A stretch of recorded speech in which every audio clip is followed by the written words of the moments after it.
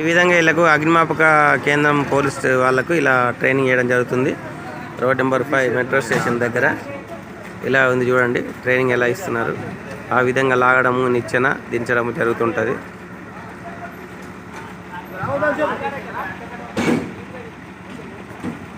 ఈ విధంగా ట్రైనింగ్ చేయడం జరుగుతుంటుంది. అలా చేసి